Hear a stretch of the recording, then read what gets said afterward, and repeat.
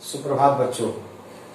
बचपन में जब हम लोग गिनती सीखते हैं तो एक से शुरुआत करते हुए 1, 2, 3, 4, 5, 6 और बढ़ते हुए 100 तक गिनती सीखते हैं और इस तरह से संख्याओं का ज्ञान हमें प्राप्त होने लगता है। तो वही जो गिनती सीखते हैं, जिन संख्याओं से गणना की जाती है, उन संख्याओं को प्राकृत संख्या कहते हैं, अंग्रेजी में नेचुरल नंबर। और प्राकृत संख्या कहाँ से प्रारंभ होती है? 1 से प्रारंभ होती है। 1, 2, 3, 4, 5 और जितना दूर तक हम लिख सकते हैं। यानी कहने का तात्पर्य यह है कि सबसे छोटी प्राकृत संख्या 1 है।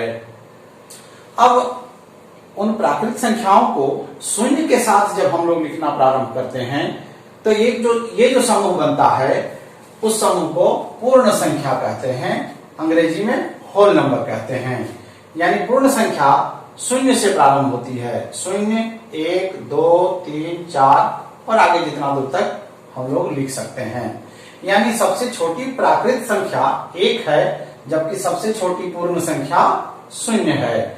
यानी सभी प्राकृत संख्याएं पूर्ण संख्या हैं, लेकिन सभी पूर्ण संख्या प्राकृत संख्या नहीं है, क्योंकि पूर्ण संख्या में 0 भी है और 0 प्राकृत संख्या नहीं है। अब ये जो संख्याएं हम लोगों ने सीखे, प्राकृत संख्या, पूर्ण संख्या, तो प्राकृत संख्या जो 1, 2, 3, 4 है, इनको हम धनात्मक संख्या भी कहते हैं, क्योंकि इसमें धन चिन्ह बाईं ओर लगा हुआ है। तो 1, 2, 3, 4 यानी कोई चिन्ह नहीं है। इसका तात्पर्य यह है कि यहाँ जोड़ का चिन्ह है, यहाँ जोड़ का चिन्ह है, यानी संख्या के बाईं ओर जोड़ का चिन्ह है, तो वह धनात्मक संख्याएं हो जाती हैं। लेकिन उन संख्याओं में जब हम घटाव का चिन्ह लगा देते हैं, ऋण का चिन्ह लगा देते हैं, तो वो संख्या ऋणात्मक संख्या हो जाती है। जैसे हम यहाँ लिखे हैं -1, -2, -3, -4 और बाईं ओर जितना दूर तक आप लिख सकते हैं, ऋण का चिन्ह देकर के वो ऋणात्मक संख्याएं हो जाती हैं। अब पूर्ण संख्या और ऋणात्मक संख्याओं का जो समूह बनता है, उनको एक साथ पूर्णांक कहते हैं, अंग्रेजी में इनको इंटीजर्स कहा जाता है। यानी इंटीजर्स में पूर्ण संख्याएं हैं और ऋणात्मक संख्याएं हैं। तो 0, 1, 2, 3, 4 ये सभी पूर्ण संख्या हैं और इधर -1, -2, -3 बाईं ओर जितना दूर तक आप लिख सकते हैं। इन संख्याओं का जो समूह तैयार होता है, इन्हें इंटीजर्स और या पूर्णांक कहते हैं। इन्हें संख्या रेखा पर हम किस तरह दर्शा सकते हैं? संख्या रेखा पर हम 0 लिखेंगे और दाईं ओर धनात्मक संख्याओं को लिखेंगे और बाईं ओर ऋणात्मक संख्याओं को लिखेंगे, एक एक बढ़ते हुए क्रम में दाईं ओर और घटते हुए क्रम में बाईं ओर लिखेंगे। यानी 0 एक ऐसी संख्या है जो ना तो ऋणात्मक है और ना ही धनात्मक है। 0 के दाईं ओर धनात्मक संख्याएं हैं और 0 के बाईं ओर ऋणात्मक संख्याएं हैं। अब आइए देखते हैं इनके कुछ गुणों पर अध्ययन करते हैं। सबसे बड़ा और सबसे छोटा पूर्णांक ज्ञात नहीं है। अब जाहिर सी बात है, जब हम पूर्णांक की बात करते हैं सबसे बड़ा, तो दाईं ओर जब बढ़ते हुए क्रम में जाएंगे, दाईं ओर जाएंगे तो बढ़ते हुए जाएंगे, तो कितना दूर तक जाएंगे हम ज्ञात कर सकते हैं? नहीं ज्ञात कर सकते हैं। उसी तरह से जब बाईं ओर जाएंगे तो घटते हुए क्रम में जाएंगे, तो कितनी दूर हम जा सकते हैं? हम ज्ञात नहीं कर सकते। यानी सबसे छोटी पूर्णांक और सबसे बड़ा पूर्णांक हमें ज्ञात नहीं है। उसी तरह संख्या रेखा पर कोई भी पूर्णांक अपने बाईं ओर के पूर्णांक से बड़ी होती है। इसमें किसी भी पूर्णांक की अगर हम बात करें, चाहे वो ऋणात्मक हो या धनात्मक हो, वह अपने बाईं ओर के पूर्णांक से बड़ी होती है। जैसे हम 5 की बात करें तो वह 4 से बड़ी होगी, 8 की बात करें वह 7 से बड़ी होगी। यानी कोई भी पूर्णांक जो दाईं ओर है, वह अपने बाईं ओर के पूर्णांक से हमेशा बड़ा होता है। दो क्रमिक पूर्णांकों के बीच कोई पूर्णांक नहीं होता। यानी लगातार जब हम पूर्णांकों की बात कर रहे हैं, तो जैसे 1 के बाद 2 है, तो इसके बीच में तो कोई पूर्णांक आ नहीं सकता। आगे हम लोग बात करेंगे जब हम परिमेय संख्याओं के बारे में, अपरिमेय संख्याओं के बारे में, तब हम लोग जानेंगे कि दो संख्याओं के बीच में कितने परिमेय या अपरिमेय संख्याएं होती हैं, लेकिन वह बाद की कक्षा में हम लोग पढ़ेंगे। लेकिन यहाँ हम पूर्णांक की बात कर रहे हैं, तो दो लगातार पूर्णांक के बीच में कोई पूर्णांक नहीं हो सकता है। धनात्मक पूर्णांक शून्य और ऋणात्मक पूर्णांक से बड़ा होता है। ये तो जाहिर सी बात है, कॉमन बात है। जो धनात्मक होगा वो ऋणात्मक से तो बड़ा ही ना होगा। तो कोई भी धनात्मक पूर्णांक शून्य से भी बड़ा होगा और ऋणात्मक से भी बड़ा होगा। या इसका उल्टा अगर कहें कि ऋणात्मक पूर्णांक शून्य से और धनात्मक पूर्णांक से छोटा होता है। जितना भी ऋणात्मक पूर्णांक की बात करें वो शून्य से तो छोटा होगा, धनात्मक से भी छोटा होगा। कोई भी संख्या शून्य से दाईं ओर जितनी दूर होगी वह उतनी बड़ी होगी। शून्य से दाईं ओर जितनी दूर होगी वह संख्या उतनी बड़ी होगी। आसानी से हम लोग समझ सकते हैं, यहाँ शून्य है और यहाँ 2 है, यहाँ 5 है, तो निश्चित रूप से 5 जो है 2 से तो बड़ा ही होगा। ये तो निश्चित रूप से आप समझते होंगे, इसलिए कोई विशेष उदाहरण यहाँ देने की जरूरत नहीं है। तो शून्य से दाईं ओर जितनी दूर कोई संख्या होगी वह उतनी बड़ी होगी और शून्य से बाईं ओर जितनी दूर होगी वह उतनी छोटी होगी। अब इन संख्याओं को हम आरोही और अवरोही क्रम में लिखने का क्रम सीखते हैं। तो आरोही क्रम क्या होता है? आरोही क्रम का मतलब होता है बढ़ता हुआ क्रम, यानी सबसे छोटी संख्या जो होगी उसको हम सबसे पहले लिखेंगे और सबसे बड़ी संख्या जो होगी वो सबसे बाद में लिखेंगे।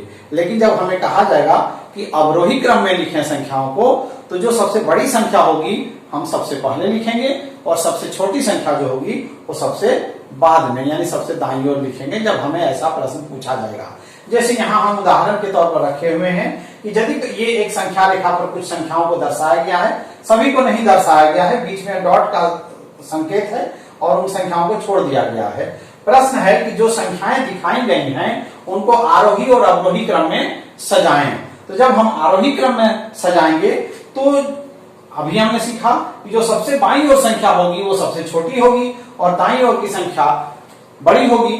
तो हम बाईं ओर से दाईं ओर की तरफ बढ़ेंगे। जैसे -14 है, -10 है, -8 है, -4, -2, 0, 2, 6, 8, 12, 14 जो संख्या लिखी हुई है उन्हीं का जिक्र यहाँ करना है। प्रश्न में ऐसा ही आएगा। और अगर हमें कहा जाए कि अवरोही क्रम में लिखें तो हम इधर से लिखना शुरू करेंगे। सबसे पहले 14 को लिखेंगे क्योंकि सबसे बड़ा यहाँ सबसे दाईं ओर है, तो ये सबसे बड़ी संख्या यहाँ पर दिख रही है और इसके बाद भी बड़ी संख्या तो है, लेकिन प्रश्न के अनुसार जो बड़ी दिखेगी 14, उसके बाद 12 लिखेंगे, फिर 8 लिखेंगे, फिर 6 लिखेंगे और इस क्रम में सबसे दाईं ओर इस -14 को लिखेंगे। संख्या रेखा पर जो संख्याएं दी जाएंगी उनको आरोही और अवरोही क्रम में हम इस तरह से लिख सकते हैं। आइए अब हम पूर्णांकों का योग करने सीखते हैं, यानी एडिशन ऑफ इंटीजर्स। जब पूर्णांकों का योग हम सीखेंगे तो उसमें कई तरह के पूर्णांक हमें मिलेंगे योग करने के लिए। जैसे उदाहरण के तौर पे दो धनात्मक पूर्णांकों का योग क्या होगा। जब दो धनात्मक पूर्णांक हमें योग करने के लिए कहे जाएंगे, जैसे उदाहरण के तौर पे +4 एक धनात्मक पूर्णांक है और +5 भी धनात्मक पूर्णांक है। इन दोनों को जोड़ेंगे तो कितना होगा? 4 + 5 = 9। ये योग करने तो आप जानते ही हैं, तो इन दोनों का योग 9 होगा। कहने का तात्पर्य यहाँ ये है, सीखना यहाँ पर ये है कि दो धनात्मक पूर्णांकों का योग हमेशा धनात्मक होता है। जैसे उदाहरण के तौर पे आपके पास 4 लड्डू हैं और 5 लड्डू और मिल गए, तो हमारे पास लड्डुओं की संख्या कितनी हो गई? 9 हो गई। तो हमारे पास है ना 9 लड्डू। तो इस तरह से दो धनात्मक जब आएंगे तो हमारे पास जमा होगा, जब कोई कहीं से हमको मिलेगा तो जमा होगा यानी जोग होगा, यानी दो धनात्मक पूर्णांकों का योग हमेशा धनात्मक होता है। लेकिन जब दो ऋणात्मक पूर्णांकों का योग करेंगे तब हमारे पास क्या होगा? जैसे यहां हम -3 लिए हैं, ये ऋणात्मक पूर्णांक है, और -4 लिए हैं, दोनों का योग करेंगे तो क्या होगा? वह ऋणात्मक ही होगा और -3 + -4 = -7 होगा। इसको कुछ इस तरह से समझते हैं, हमने किसी से 3 रुपया उधार लिया हुआ है, तो हमारे पास तो ऋण है ना 3 रुपया का, किसी से कर्जा लिए हैं, लेकिन हम कर्जा चुकाने में अभी समर्थ नहीं है, हमको और पैसे की जरूरत है। और 4 रुपये की जरूरत पड़ गई तो मैंने 4 रुपया और कर्जा ले लिया, तो हमारे पास और ऋण ना बढ़ गया। तो 3 रुपया ऋण तो पहले से था और 4 रुपया और ऋण हो गया, तो अब हमारे पास कुल ऋण कितना हो गया, 7 रुपया ऋण हो गया, तो ऋणात्मक हो गया। यानी जब ऋणात्मक संख्या को ऋणात्मक संख्या से जोड़ेंगे तो योग हमेशा ऋणात्मक ही होगा।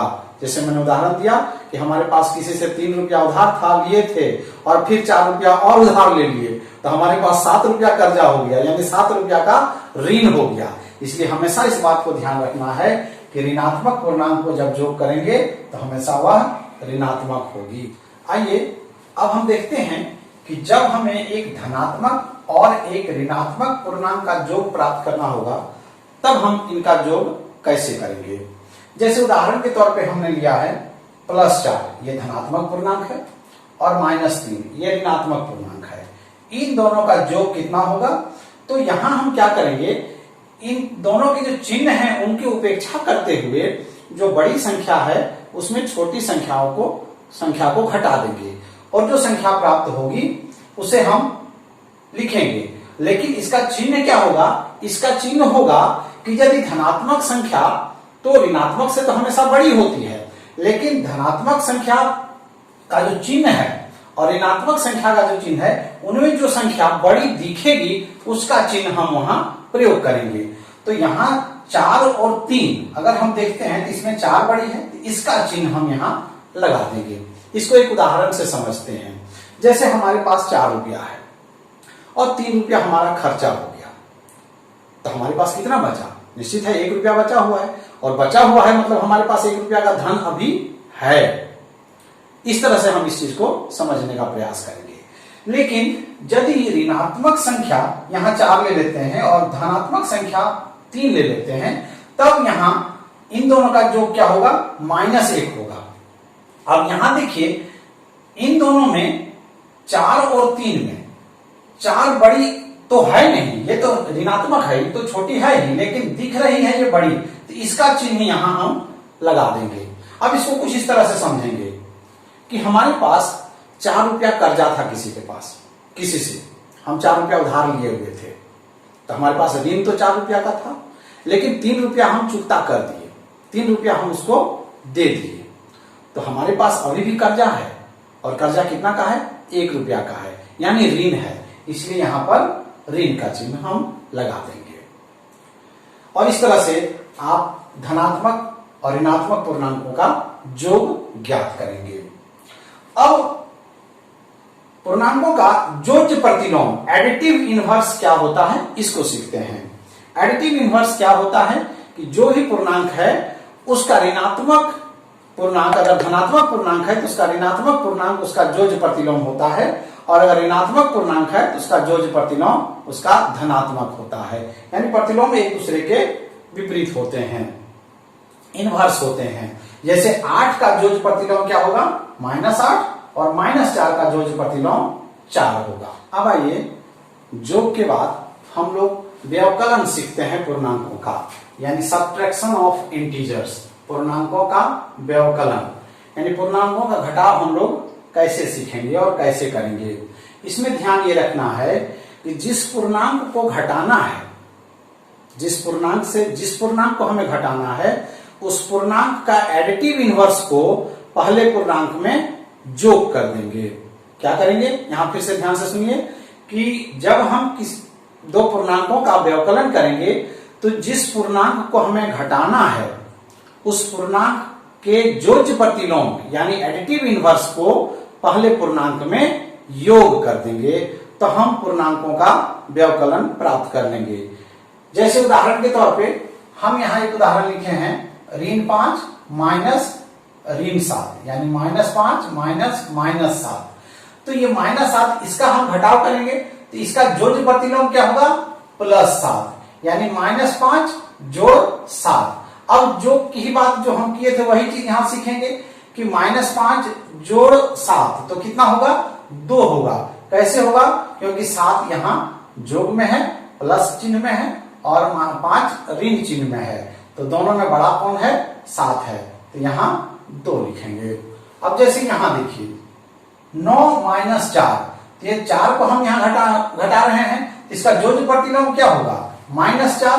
तो जिस संख्या को, जिस पूर्णांक को हम घटाएंगे उसका जोड़ प्रतिलोम को पहले की संख्या में जोड़ कर देंगे, यानी 9 प्लस -4 यानी 9 माइनस 4 यानी कितना होगा?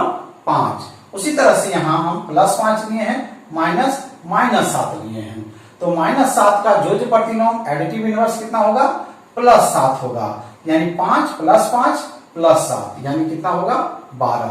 और इस तरह से हम पूर्णांकों का व्यवकलन करेंगे।